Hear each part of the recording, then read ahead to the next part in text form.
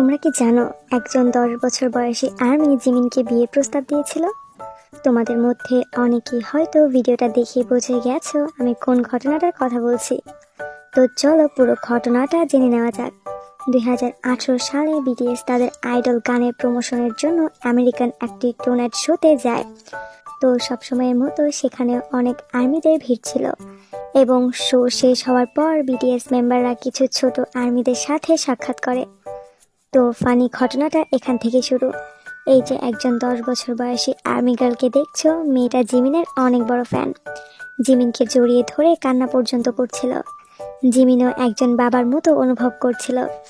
কিন্তু এই পাকা মেয়ে বাহিরে গিয়ে সবাইকে কিউট করে বলে, আমি বড় হয়ে জিমিনকে বিয়ে করব।